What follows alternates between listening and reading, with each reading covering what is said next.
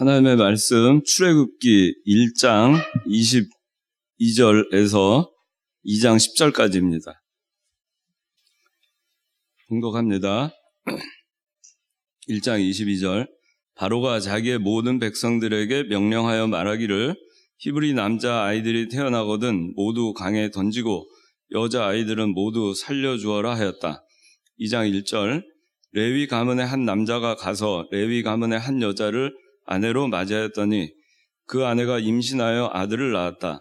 아이가 준수한 것을 보고 석 달 동안 그를 숨겼으나 그를 더 이상 숨길 수 없어서 그를 위해 갈대 상자를 가져다가 역청과 나무진을 칠하고 그 안에 아이를 담아 강가 갈대 사이에 두고 그 아이의 누나는 멀리 떨어져서 아이에게 무슨 일이 일어나는지를 지켜보고 있었다. 그때 바로의 딸이 목욕하려고 내려왔고 공주의 시녀들은 강가를 거닐고 있었는데 공주가 갈대 사이에 있는 상자를 보고 시녀를 보내 그것을 가져오게 하여 열어보니 아이가 있었다. 그 아이가 울고 있었으므로 공주가 그 아이를 불쌍히 여겨 말하기를 이 아이는 히브리 사람의 아이구나 하였다. 그때 그 아이의 누나가 바로의 딸에게 말하였다. 제가 가서 공주님을 위해 히브리 여자들 가운데서 유모를 불러와 이 아이에게 젖을 먹이게 할까요? 바로의 딸이 그 누이에게 대답하기를 가라 하니 그 소녀가 가서 그 아이의 어머니를 불러왔다. 바로의 딸이 그 여자에게 말하기를 이 아이를 데려다가 나를 위해 젖을 먹여라. 내가 너에게 삭슬 주겠다 하니 아이의 어머니가 그 아이를 데려다가 젖을 먹였다. 그 아이가 자라자 여자가 그를 바로의 딸에게 데려가니 그가 공주의 아들이 되었고 바로의 딸이 그의 이름을 모세라 부르며 말하기를 이는 내가 그를 물에서 건져내었기 때문이다 하였다. 오늘 말씀의 제목은 3절에 2장 3절에 그를 더 이상 숨길 수 없어서 그를 위해 갈대 상자를 가져다가 역청과 나무진을 칠하고 그 안에 아이를 담아 강가 갈대 사이에 두고 했는데 모세가 출생한 지 3개월 동안 그 모세 어머니 요게벳이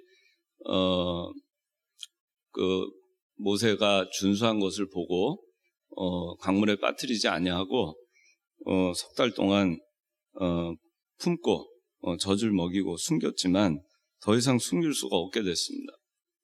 그래서 바로 왕의 말대로 나일강에 던져야 되는데 그럴 수는 없어서 갈대 상자를 가져다가 거기에다가 역청과 나무 진을 잘 칠하고 그 안에다가 모세를 넣고 뚜껑을 덮어서 강가 갈대 사이에 둡니다. 그래서 이 3절에 있는 말씀 가운데 역청과 나무진을 칠하고 해서 역청과 나무진을 칠하라. 오늘 말씀의 제목은 역청과 나무진을 칠하라. 자, 1장 22절 읽어주세요. 바로가 자기의 모든 백성들에게 명령하여 말하기를 히브리 남자 아이들이 태어나거든 모두 강에 던지고 여자 아이들은 모두 살려주어라 하였다. 네, 우리 지난 시간에 출애굽기 1장 하면서 이스라엘 백성들이 그 고역을 더하게 하면 할수록 창성했다 그랬습니다. 이스라엘 백성들이 창성했다. 창성을 함에 있어서 아주 평안한 시기에 창성한 게 아니고 이 이스라엘 백성들이 창성하게 되니까 이 바로가 겁이 났어요. 그래서 이 이스라엘 백성들을 쇠멸하기 위해서 그러려고 이제 그 쇠멸 정책을 쓰게 됩니다. 그래서 첫 번째 한 것이 고역을 더했다 그랬습니다. 그래서 그들 위해 감독관을 세우고 힘든 노동으로 그들을 괴롭게 하고 이스라엘 백성들을 억압했다 그랬습니다. 근데 그들이 이스라엘 백성들을 억압하면 할수록 이스라엘 자손들은 번성하고 창성했다 그랬습니다. 그렇게 되니까 이스라엘 자손들에게 일을 더욱 혹독하게 시키면서 힘든 노동, 흙 이기기, 벽돌 굽기, 각종 밭일, 온갖 일들로 이들의 생활을 아주 괴롭게 그렇게 하고 그들의 시키는 모든 일이 아주 가혹해졌습니다. 근데 그럼에도 불구하고 창성했습니다. 그래서 지난 시간에 우리가 그걸 했고, 두 번째 이게 안 되니까 산파를 시켜서 이스라엘 백성들을 아무리 고역으로 혹독하게 해도, 그렇게 해도 창성해지니까 이제는 아예 씨를 말려야 되겠다 생각을 해서 이스라엘 백성들 가운데에서 이제 출산을 하게 되면 아들이면은 산파를 시켜서 죽이게 하고, 그리고 딸이면 살려주게 합니다. 영에 속한 신자는 죽이고 육에 속한 신자인 여자 아이는 살려둬라. 이 신령한 의미는 그렇습니다. 그래서 어떻게 하든지 이스라엘의 씨앗이 될 수 있는 그 정체성과 그 계대를 이어갈 수 있는 아들들은 다 죽이려고 했어요. 산파를 시켜서. 근데 그것도 실패로 돌아갑니다. 그래서 마지막으로 이제 바로가 또 하게 된 게, 세 번째로 바로가 쇠멸 정책을 쓴 것이 1장 22절에 모든 백성들에게 명령하여 말하기를 히브리 남자 아이들이 태어나거든. 여기 애굽 남자 아이들은 제외를 합니다. 히브리 남자 아이들이 태어나거든 모두 강에 던지고, 나일강에 던지라는 얘기입니다. 여자 아이들은 모두 살려주어라. 예외 없이 히브리 남자 아이들이 태어나거든. 이제는 태어나는 것까지는 막을 수가 없으니까 이제 태어난 다음에 강에다 던져서 죽여버려라.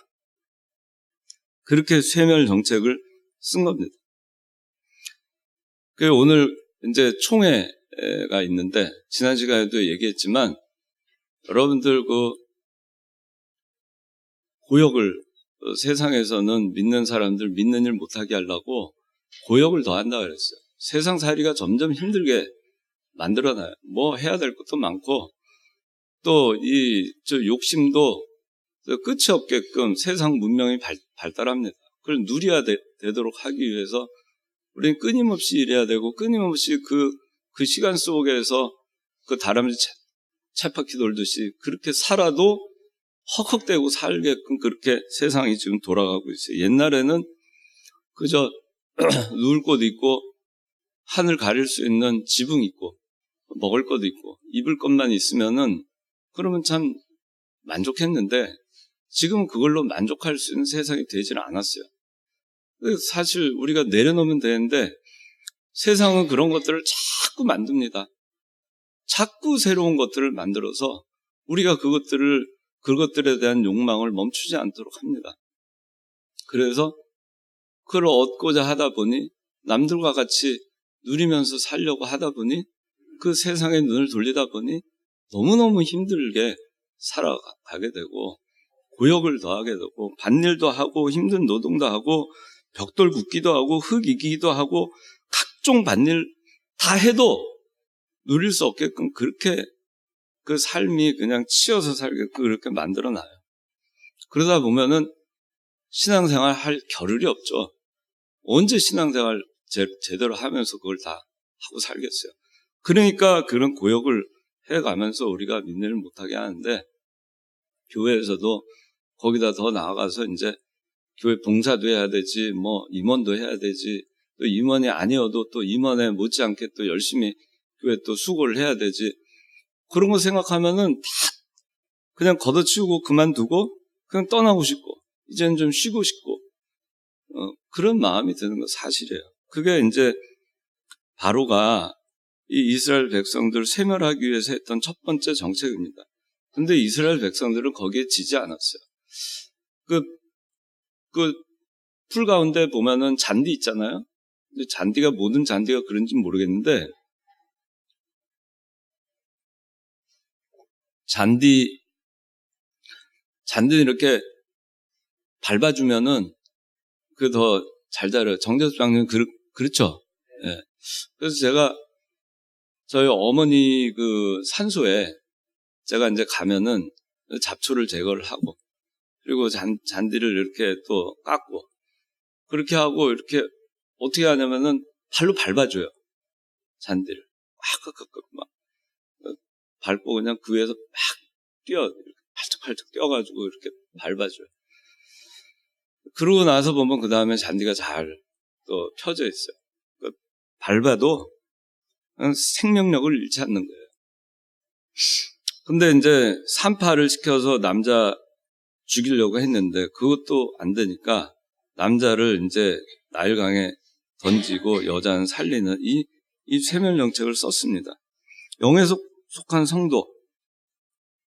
어떻게 하든지 이 마귀는 이 바로왕이 한 것 같이 나일강에 영에 속한 성도를 강물에 빠뜨리려고 합니다. 빠뜨려서 죽게 만들려고 하는 거예요. 나일강에 뭐 지금은 어떤지 모르겠어요. 지금도 그럴 것 같아요. 지금도 뭐 거기 가면 그 나일강에 악어와 야생 짐승들과 뭐 하마 뭐 온갖 그 야생 맹수들이 거기 들끓고 있잖아요. 그 생태계, 나일강의 생태계를 유지하기 위해. 그것이 들끓는 그곳에 빠지면은 죽는 거예요. 어른도 죽는 거예요. 근데 갓 태어난 어린아이가 그냥 악어가 한 번 해서 하면 그냥 죽는 거죠. 거기서 그렇지 않아도 물에 빠져서 있다면 물고기 밥이 되는 겁니다. 그래서 그렇게 위험한 곳입니다. 이 나일강이라고 하는. 이 세상은 나일강과 같아요. 그래서 무섭습니다. 빠지면 헤어나오기가 어려워요. 살아나오기가 어려울 만큼 세상은 잔혹합니다. 맹수들이 울거립니다. 우리 성도들을 잡아먹기 위해서 우는 사자와 같이 삼킬 자를 찾는 곳이 나일강입니다. 세상은 점점 악해지고 있고 죄악이 관영하고 향락과 방탕과 또 요새는 보면은 뭐 무선통신이 워낙 발달하고 해서 지구 끝에 어느 곳에서 일어나는 일이든 다 실시간으로 볼 수 있는 세상이 되고 말았어요. 뭐 유튜브라든가 무슨 뭐 그런 해가지고 다 알 수 있잖아요. 우리가 몰라도 되는 것까지 너무 많은 정보의 홍수 속에 살고 있어요. 거기에 그 강물에 우리가 빠쳐져가지고 거기서 헤어나오지 못하게 허우적대다가 죽게 만드는 것이 이 마귀가 남자, 영에 속한 성도를 죽이려고 하는 그런 시대가 됐다는 겁니다. 근데 바로가 했던 그 시대나 지금이나 똑같아요. 어느 시대나 마귀는 성도, 교회, 가만 놔두려고 하지 않습니다. 어떻게든지 죽이고 또 강물에 빠뜨려서 타락시키려고 하고 기독교 그리고 성도들을 세멸시키려고 하는 겁니다. 오늘날 세상을 보면은 기독교가 옛날에 비해서 많이 쇠락하고 있는 걸 알 수 있어요. 이 기독교만의 문제일 수도 있지만은 그 외적인 요소로 인해서 기독교가 예전에 비해서 많이 쇠락하고 있어요. 쇠퇴하고 있어요. 오늘 이 나일강이라고 하는 그와 같은 그 세속화된 그 물결을 감당하지 못하는 겁니다. 거기에 빠져가지고 허우적대는 겁니다. 거기서 나오지를 못하는 거예요. 그 물결이 밀려 들어오는 데 있어서 거기에서 그냥 나오지를 못하고 그래서 하는 겁니다. 그리고 물질 공세, 뭐 여러 가지 그 공세가 많죠. 여러분들 하나님한테 집중하지 못하고 그 강물에 빠져서 지금도 허우적대고 있고 그렇게 하는 게 그 마귀가 하는 짓인데 그런데 기독교 외적으로 보면 그러한 그 문명과 문물과 정보통신과 수많은 그런 그 기술들이 발달하면서 들어오는 것들이 많은데 그거를 교회에서 그걸 받아들이는 세상이 되고 말았어요. 그것이 좋은 것이다. 세상 변화에 따라가야 된다. 그러면서 그거를 다 받아들이는 세상이 되고 말았습니다. 그리고 또 더 나아가서는 세계가 지금 세상이 돌아가는 거 보면은 기독교가 참 많은 핍박을 받는 그런 종교가 되고 말았어요. 그리고 그런 쪽으로 계속 가고 있는 것 같아요.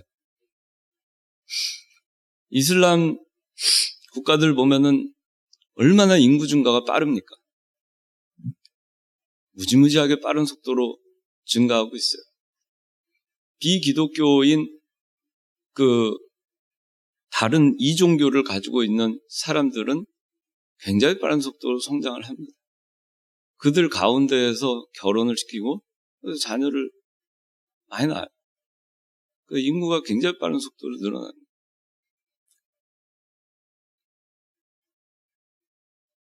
그 기독교는 유일신 사상이에요. 근데 무신론과 인본주의가 세상에 많이 들어오고 있습니다. 사람 중심의 세상.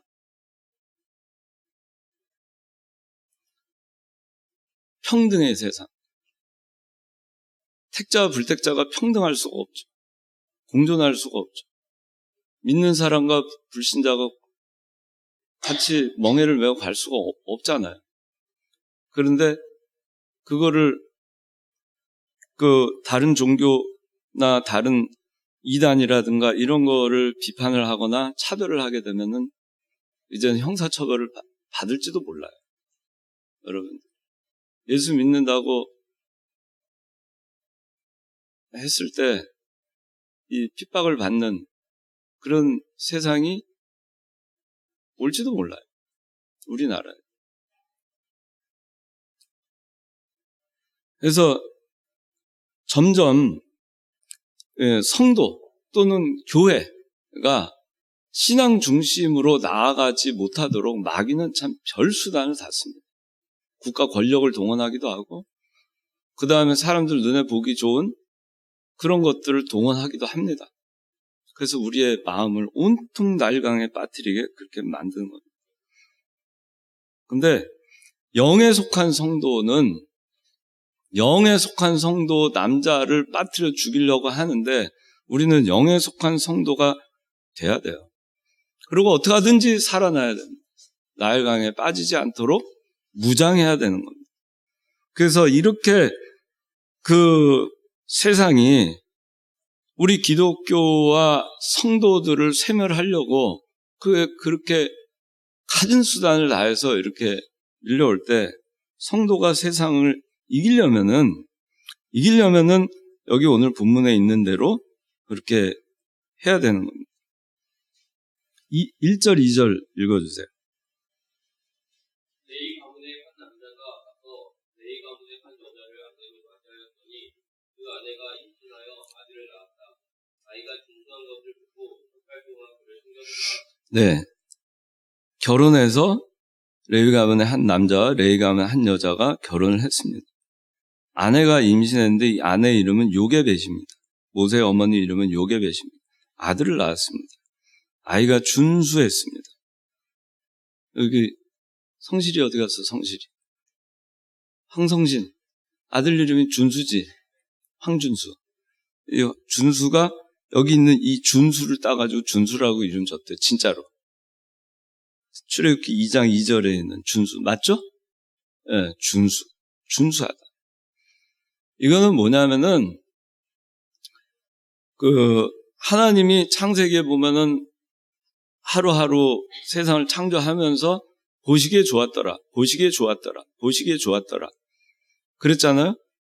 그 보시기에 좋았다는 좋았다는 말하고 이 준수한 거하고 같은 거예요. 어원이 같아요. 그래서 이 사도행전 7장 20절에는 한번 봅시다. 사도행전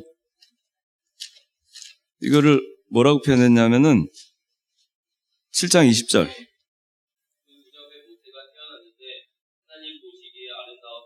예.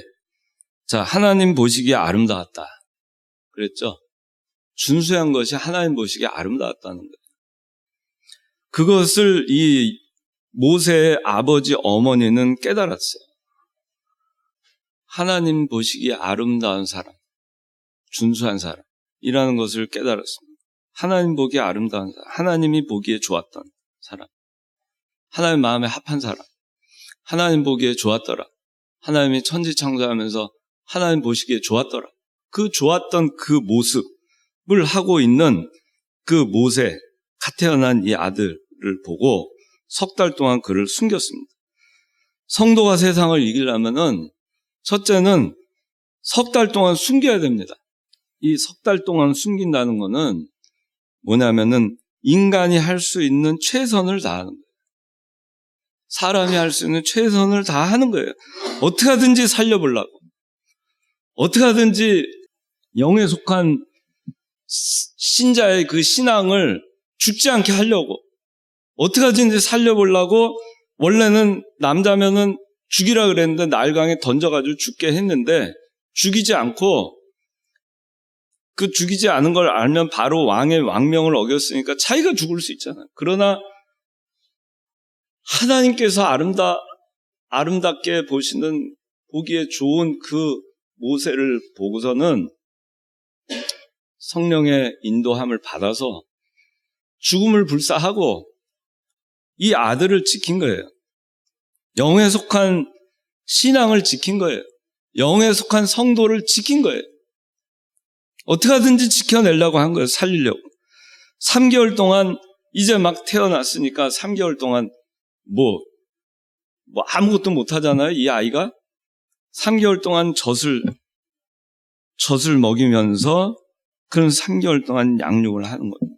엄마 품에서 3개월 동안 젖을 먹이면서 품에서 품고 이 아이가 원래 죽을 아이인데 죽었어야 될 아이인데 근데 하나님께서 이 아이를 준수하게 보시고 아름답게 보시고 이 아이를 저한테 맡기셨으니까 어떻게 하든지 제가 살리겠습니다.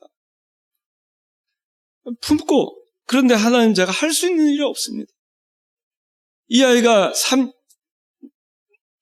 언제 죽을지 모릅니다. 언제 발각이 돼서 어떻게 될지 모릅니다. 얼마나 간절히 품에 안고 젖을 먹이며 기도하면서 하나님께 매달리면서 하나님 붙들고 그러면서 양육을 했겠어요. 최선을 다한 겁니다. 자기가 할 수 있는 신앙에 최선을 다한 거예요. 이 신앙을 이 남자아이의 그 신앙, 영에 속한 성도의 신앙, 그 신앙을 그대로 유지할 수 있도록 하려고 할 수 있는 최선을 다한 겁니다. 엄마의 심정이라면 아마 그 여러분들 느낄 거예요. 그게 얼마나 간절했을까. 품에 안고 그러면서 젖만 먹였겠어요? 그러면서 그 아이가 알아듣든 못 알아듣든 가르쳤을 거예요. 너는 이스라엘 백성이다. 너는 하나님의 택한 백성이다. 너는 레위 지파의 자손이다. 성경을 가르쳤을 겁니다. 그 아이를 품에 안고 젖을 먹이면서 성경을 가르치는 거예요. 성경을. 하나님을 가르치는 거예요. 하나님의 약속을 가르치는 거예요. 그렇게 하면서 젖을 먹이고 3개월이 지났습니다. 그래서 우리가 성도가 세상을 이기려면 쇠멸하려고 아무리 해도 세상을 이기려면은 자기가 할 수 있는 최선을 다해야 됩니다. 자기가 신앙을 지킬 수 있는 최선을 다해야 돼요. 그리고 나서 어떻게 했어요? 3절에 그를 더 이상 숨길 수 없어서 그를 위해 갈대 상자를 가져다가 역청과 나무진을 칠하고 그 안에 아이를 담아 강가 갈대 사이에 두었어요. 이거는 뭐냐면은 이제 3개월이 다 지나고 나니까 애가 어느 정도 컸잖아요. 100일이 다 돼가는데 애 울음소리도 크고 발각되기도 그럴 수 있고 기도하는 중에 하나님께서 깨닫게 하신 것 같아요. 갈대 상자를 준비합니다. 그리고 거기에다가 역청과 나무진을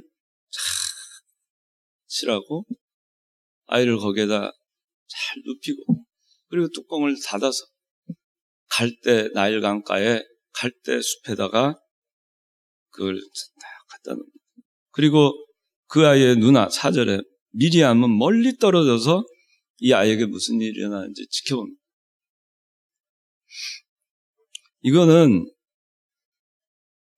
인간으로서 할 수 있는 최선을 다하고 이제는 뭐예요? 더 이상 숨길 수 없게 되니까 뭐예요? 하나님께 온전히 맡기는 겁니다. 하나님의 주권에 다 맡기는 겁니다. 하나님의 섭리에 다 맡기는 겁니다. 내 주여 뜻대로 하시옵소서. 내 아이의 삶을, 이 아이의 삶과 죽음을 하나님께 맡기겠습니다. 악어 밥이 될지, 물고기 밥이 될지, 맹수의 밥이 될지, 이 아이가 강물에 빠져 죽을지, 살지, 다 이제 하나님의 손에 맡깁니다. 그거예요. 하나님께 맡깁니다. 이게 뭐예요? 갈대 상자를 만들고 거기가 역청과 나무진을 칠하면서 이 요게벳이 무슨 생각을 했겠어요? 내가 할 수 있는 일이 뭐겠어요? 역청과 나무진을 칠하고 그러고는 뭐겠어요? 이제 강물에 띄우는 거예요. 하나님께 다 맡기는 거예요. 그거밖에 할 게 없는 거예요. 하나님께 다 맡길 때까지 그래도 마지막 최선을 다한 것이 갈대 상자를 가져다가 역청과 나무진을 칠한 거예요. 제가 한번 생각을 해봤어요. 저한테 아이가 있으면 이 갓난아이 3개월 된 아이를 이 상황을 맞이했을 때 이 아이를 이제 더 이상 어떻게 할 수가 없으니까 이 아이를 나일강에다가 갈대 상자에다가 눕혀서 그 뚜껑을 덮어서 띄우기 위해서 내가 갈대 상자를 준비할 때 그 마음이 어떨까? 역청은 그거예요. 그 아스팔트. 여러분들 도로 포장하는 아스팔트 있잖아요. 그게 역청이에요. 까만 아스팔트를 그 상자에다가 바릅니다. 그리고 거기다가 나무의 송진 같은 거 있잖아요. 그거를 또 바릅니다. 물이 새지 말라. 갈대 상자는 물에 뜨라고 갈대로 만드는 거예요. 얼마나 간절한 마음으로, 얼마나 정성스럽게, 얼마나 꼼꼼하게, 치밀하게 그를 갈대 상자를 엮고 그 다음에 거기에다가 역청을 바르고 새는 곳이 있나 또 테스트해보고 또 바르고 또 칠하고 그리고 나무진을 칠하고 그때 그 요게벳의 그 마음이 어땠어요? 얼마나 눈물로써 이것을 준비했을까 그런 생각이 저는 들더라고요. 준비를 하면서. 그런 다음에 이걸 갈대 사이에다가 띄워놓습니다. 그 엄마의 마음이, 요게벳의 마음이 어떻겠어요?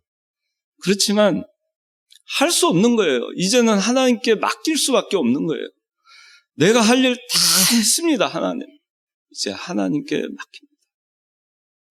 하나님께 맡깁니다. 살든지 죽든지 뜻대로 하소서. 하나님. 그래서 띄워놓은 거예요. 그런데 이 미리암이 이 모세의 누이 미리암이 멀리 떨어져서 이거를 보고 있다가 하루는 바로의 딸 공주가 목욕을 하러 시녀들하고 나일강가에 왔어요. 그래서 공주가 갈대 상자를 보고 시녀한테 가져오게 해서 뚜껑을 열어보니까 아이가 울고 있었어요.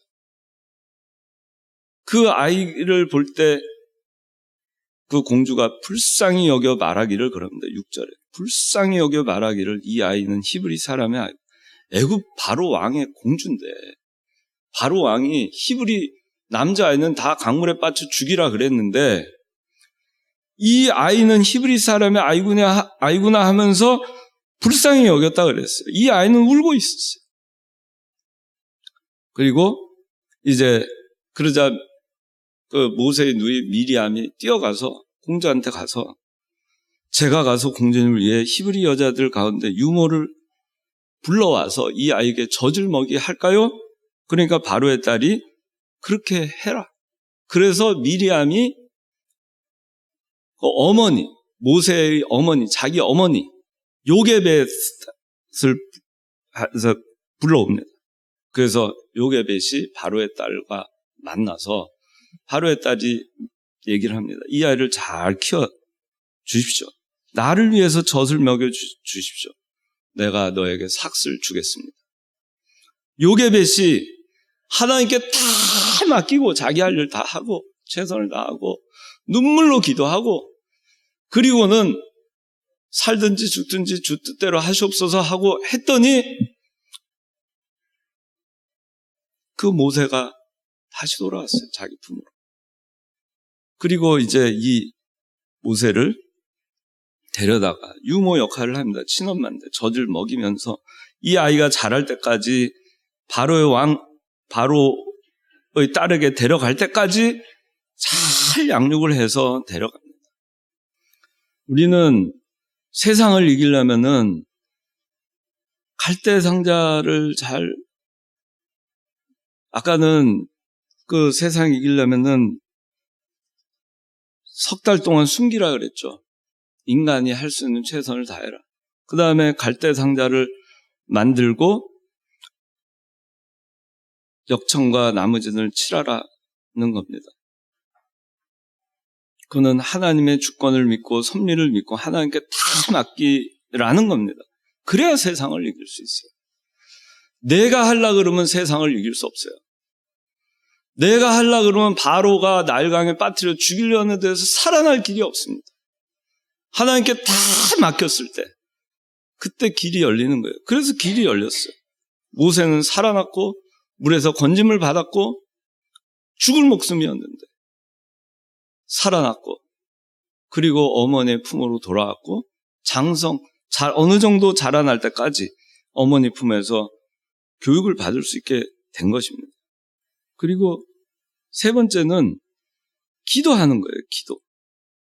어떻게 세상을 위해 최선을 다하고 하나님의 주권에 맡기고 그 다음에 기도하는 겁니다. 하나님의 주권에 맡기고 강물에다가 올려놓고 그리고 요게벳이 어떻게 했어요? 그 딸 미리암이 엄마 와보세요. 바로의 공주의 딸이 오라고 합니다. 모세가 살아났어요. 그 얘기를 들을 때까지 얼마나 간절히 기도했겠어요. 하나님. 그래야지 살 수가 있는 거예요. 우리의 그 영에 속한 신앙이 그래야지 살 수 있는 거예요. 세상에 여러 가지 우리의 신앙을 쇠멸하려고 밀려오는 것이 있어도 하나님 살려주세요. 우리 아들 모세를 살려주세요. 그렇게 하나님의 도움의 손길을 기다리며 기도할 때 그때 길이 열리는 겁니다. 그리고 그러고 나서 이제 모세를 다시 품에 안고 그리고 젖될 때까지 그 아이가 10절에 그 아이가 자라자 여자가 그를 바로의 딸에게 데려갔다 그랬어요. 자라서 바로의 딸에게 데려갈 때까지 애굽 궁으로 데려갈 때까지 그때까지 양육하는 거예요. 그때까지 젖될 때까지 양육하는 겁니다. 젖되기까지 양육하는 겁니다. 그게 세상을 이길 수 있는 방법이에요. 젖될 때까지 양육하는 거예요. 젖될 때까지 양육하는 게 뭔가? 젖되기까지 이 아이가 자라서 젖을 떼고 바로의 궁으로 갈 때까지는 기간이 한정되어 있습니다. 항상 있는 게 아닙니다. 기회는 항상 있는 게 아니에요. 배울 수 있는 게 항상 주어지는 게 아닙니다. 엄마 품에서 젖을 먹고 양육받을 수 있는 때가 항상 있는 게 아니라는 겁니다. 그때 잘 배워야 되는 거예요. 그때 잘 길러야 되는 거고 잘 배워야 되는 거예요. 내 품에 있을 때, 내 관할에 있을 때, 내가 가르칠 수 있을 때, 또 내가 배울 수 있을 때, 내가 엄마 품에 있을 때 양육받을 수 있을 때, 신령한 저주로 내가 기름을 받을 수 있을 때, 그때 배우고 또 배우고 또 배우고 또 배우고. 요게벳은 가르치고 가르치고 또 가르치고 또 가르치고. 기회가 항상 있는 게 아니니까. 배울 수 있을 때 배워야 됩니다. 여러분들 언제까지 배울 수 있겠어요? 배울 수 있는 게 한정돼 있어요. 이병규 목사님한테 우리가 2014년까지 배웠죠. 언제까지 배울 수 있었습니다. 저도 여러분들 언제까지 가르칠 수 있겠어요? 제가 벌써 11년째 됐어요. 11년째. 2000년. 제 나이가 이제 내년이면 57이에요. 언제까지 제가 여러분들 가르칠 수 있을 것 같아요? 여러분들은 언제까지 저한테 배울 수 있을 것 같아요? 언제까지 이 청년부에 있겠습니까? 졸업하면 이제 또 나이 들고 하면 그렇잖아요? 그래도 저는 참 이걸 준비하면서 참 감사했던 게 이병규 목사님한테 우리가 배웠던 거, 그 기간, 오랜 기간, 그러나 기한은 있었죠. 젖대기까지. 우리가 젖대기까지. 우리가 바로의 궁으로 갈 때까지. 온전히 우리 온몸으로 이 애굽이라고 하는 온갖 것이 다 있는 그 애굽 궁으로 들어갈 때까지 우리는 참 잘 훈련받았어요. 이병규 목사님한테 진리를 잘 고수해라. 그 가르침의 기회가 우리는 있었어요. 그 기회가 제한되어 있었지만 얼마나 감사한지 몰라요. 얼마나 감사한지 몰라요. 이 젖될 때까지 또 하나는 젖대기까지 그 마음의 신앙의 체계와 정체성을 확립하라는 거예요. 그래서 이때는 사실은 요게벳이 역청과 나무진을 그 갈대 상자에다가 눈물로 그것을 칠하고 또 칠하고 얼마나 그 역청과 나무진이라고 하는 거는 은혜와 진리. 이병규 목사님 강해서요. 그 다음에 영과 진리. 그래 말씀하시더라고요. 우리가 신령한 세계, 하나님의 은혜의 세계 들어가고 또 들어가고 또 들어가고 들어가기를 힘쓰고 또 들어가고 깊이 들어가고 더 들어가고 그것이 역청과 나무진을 한 겹 칠하고 또 칠하고 또 칠하고 또 칠하고 하는 거예요. 진리의 세계, 그 세계에 들어가고 또 들어가고 성경 말씀을 읽고 묵상하고 기도하고 그 세계에 또 들어가고 진리의 말씀을 깨달았으면 그걸 실천해 나가고 또 실천해 나가고 그럴 때마다 한 번 한 번 더 칠하는 겁니다. 또 칠하고 또 칠하고 그렇게 될수록 어떻게 되겠어요? 이 갈대 상자는 물에 가라앉지 않습니다. 물과 완전히 격리가 됩니다. 완전히 구별되는 겁니다. 안전한 겁니다. 그렇죠? 그래서 이 요게벳이 이제 다시 모세가 자기 품으로 와서 애굽 바로의 왕궁으로 자라나서 갈 때까지 이제 젖을 먹이고 양육을 하면서 자기가 모세를 살리기 위해서 갈대 상자를 만들고 거기에 역청과 나무진을 칠했던 그 심정으로 모세를 바로의 왕궁으로 보내기까지 젖을 먹이고 양육하면서 그 아이의 그 신앙에 역청과 나무진을 계속해서 칠해줬던 겁니다. 은혜와 진리 가운데 살 수 있도록 계속해서 그 세계에 들어가게 가르쳤던 겁니다. 신령한 영적 세계에 들어가도록 말씀으로 가르쳤던 겁니다. 기도함으로 가르쳤던 겁니다. 진리의 세계를 가르쳤던 겁니다. 가르치고 관둔 게 아니라 더 깊은 세계에 들어가게끔 또 칠하고 또 칠하고 모세의 그 심령 속에, 영혼 속에 역청과 나무진을 칠한 겁니다. 칠하고 또 칠하고 또 칠하고 또 칠하고. 그렇게 해서 모세는 신앙의 체계와 정체성이 확립이 됐어요. 그래서 바로의 궁으로 이제 젖을 뗀 다음에 들어가잖아요. 그래서 40살이 돼서 바로의 궁에서 나올 때까지 그는 온갖 그 세상의 도전을 많이 받았을 겁니다. 그런데 조금도 흔들리지 않았어요. 모세는. 그의 마음속에는 불붙듯이 내가 하나님의 사명을 감당해야 되겠다. 이스라엘 백성들을 애굽에서 구원해야 되겠다. 자기 동족에 대한 애끓는 그 마음이 그것이 모세에게는 사라지지 않았어요. 조금도 흔들리지도 않았고 조금도 신앙의 정체성에 혼란도 없었습니다. 내가 애굽 사람인가? 바로의 공주의 딸이니까 양자로 들어갔어요. 애굽 사람인가? 이스라엘 사람인가? 그런 정체성의 혼돈을 겪지 않았습니다. 그래서 히브리서 기자는 이렇게 얘기해요. 그게 확실한 것이, 모세가 정체성을 혼란을 겪지 않은 거 확실한 것이 뭐냐면 히브리서 11장 24절, 25절, 26절 제가 읽을게요. 믿음으로 모세는 어른이 되었을 때 바로의 공주의 아들이라 불리는 것을 거절하고 도리어 하나님의 백성과 함께 고난받는 것을 잠시 죄악의 낙을 누리는 것보다 더 좋아하였으며 그리스도를 위하여 받는 능력을 이집트의 보화보다 더 값진 것으로 여겼으니 이는 그가 상 주심을 바라보고 있었기 때문이다. 확실했죠.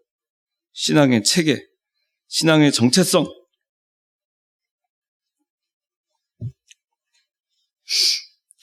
요게벳은 가르친 겁니다. 모세는 배운 겁니다. 그 심령에 역청과 진, 은혜와 진리, 영과 진리, 그걸 계속해서 덧입혀 나간 겁니다. 나는 이스라엘 사람이다. 나에게는 하나님의 약속이 있다. 내 고향은 가나안 땅이다. 언젠가 이 이스라엘 백성들을 이끌고 가나안으로 가야 된다. 그때는 요셉의 해골을 메고 가야 된다. 그래서 모세를 바로의 궁으로 보낼 때까지 철저하게 애굽 사람이 아닌 철저한 이스라엘 사람으로 가르친 겁니다. 그래서 우리가 세상을 이기려면은 우리 심령의 역청과 나무진을 치려야 됩니다. 계속해서 치려야 됩니다. 계속해서 치려야 됩니다. 그리고 그 기간은 정해져 있어요. 여러분들이 그리고 모세처럼 세상으로 나갑니다. 바로의 궁으로 들어갑니다. 그러나 어떠한 것들이 여러분들을 쇠멸하고 여러분들을 삼키려고 몰려와도 여러분들은 조금도 눈 하나 까딱하지 않습니다. 왜냐? 갈대상자, 역청과 진으로 이미 체계를 다 갖춰놨고 틀을 다 갖춰놨고 완전히 무장했기 때문에 나일강과는 완전히 격리될 수 있기 때문에 여러분들이 신령한 젖을 먹을 수 있을 때 그때 배우고 또 배우고 그렇게 해야 됩니다. 교회는 교리를 가르쳐야 되고 성경을 가르쳐야 됩니다. 가정에서도 성경을 가르쳐야 되고 여러분들이 장석에 있으면 매일 성경을 읽고 묵상하고 기도해야 됩니다. 그것이 역청과 진을 치라는 겁니다. 갈대상자. 나는 창관교인이다. 나는 이 목사님한테 배웠다. 저는 그런 생각을 늘 합니다. 나는 청교도 신앙을 지켜야 되겠다. 그걸 계승해야 되겠다. 나는 개혁주의다. 장로교인이다. 나는 오직 성경을 믿는다. 나는 하나님의 주권을 믿는다. 나는 하나님의 섭리를 믿는다.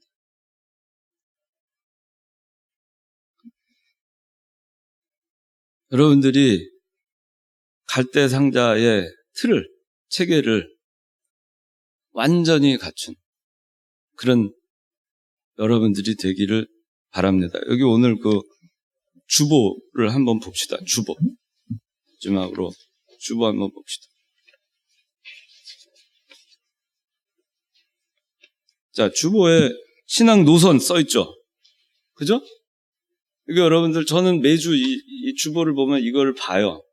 또 다 보는데, 집에 가서도 보고. 그런데 한번 보세요. 신앙 노선. 창관교회 모든 예배는 신앙의 선진들에게 물려받은 옛 신앙을 고수하며 옛적 길 하는 거예요.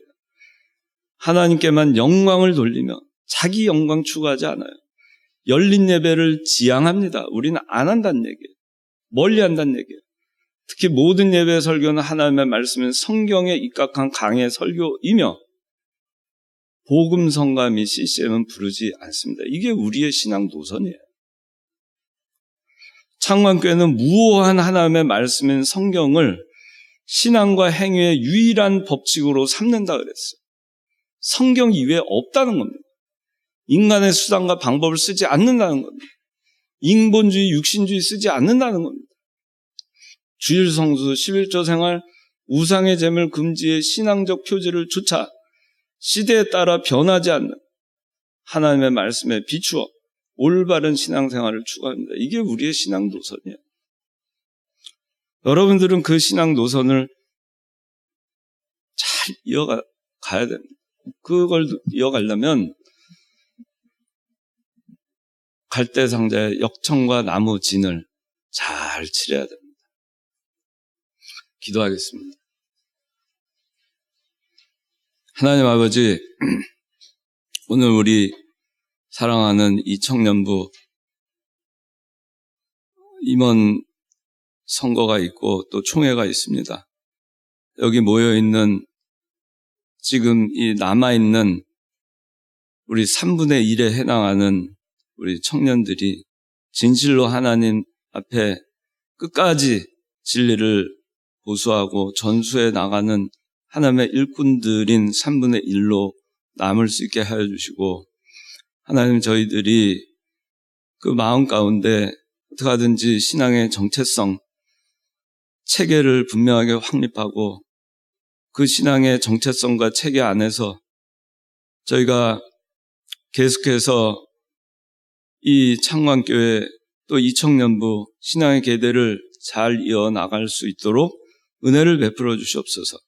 오늘도 임원 선출함에 있어서도 하나님 이러한 일들을 잘 감당할 수 있도록 임원들을 하나님께서 뽑아주시고, 또 임원이 아니라 하더라도 여기에 속한 모든 청년들이 임원과 같은 그러한 열심으로 하나님께서 맡겨주신 일을 감당할 때 교회와 자기 자신에게 대해서 역청과 나무진을 계속해서 칠해나가는, 덧입혀나가는 그런 저희 모두가 되게 하여 주시옵소서. 예수님 이름으로 기도하옵나이다.